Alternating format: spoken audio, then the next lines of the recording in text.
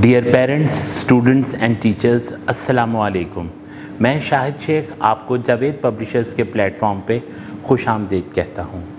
آئیے پڑھتے ہیں ہم اپنی کتاب زینہ اردو برائے جماعت سوئم سبق نمبر 21 کی جانب۔ سبق نمبر 21، بوجھو تو جانے۔ اس سبق کو پڑھنے کے بعد طلبہ اس قابل ہو جائیں گے کہ وہ لطیفوں سے محظوظ ہو سکیں اور پہیلیاں بوجھ سکیں، پہیلیاں بوجھ کر لطف اٹھا سکیں۔ اساتذہ کرام اس سبق کے حوالے سے بچوں کو ہدایات کریں کہ وہ جوڑیوں کی صورت میں بیٹھ کر ایک دوسرے کو کتاب میں موجود پہیلیاں سنائیں اور ساتھ ہی ایک دوسرے کو اپنی پسند کے لطائف اور اشعار بھی سنائیں۔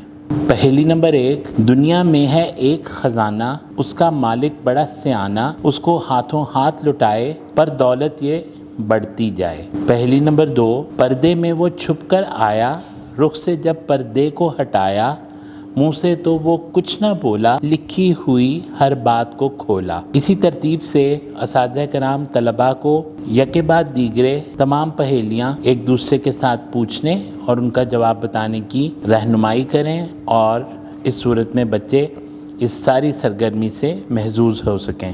مزید برآں اساتذہ کرام طلباء کو کسی بھی نظم کے مختلف اشعار اور لطائف کے بارے میں محظوظ کر سکیں اور طلباء کو اس قابل بنائیں کہ وہ اپنی کتاب کے ساتھ ساتھ ان سرگرمیوں میں بھی حصہ لیں۔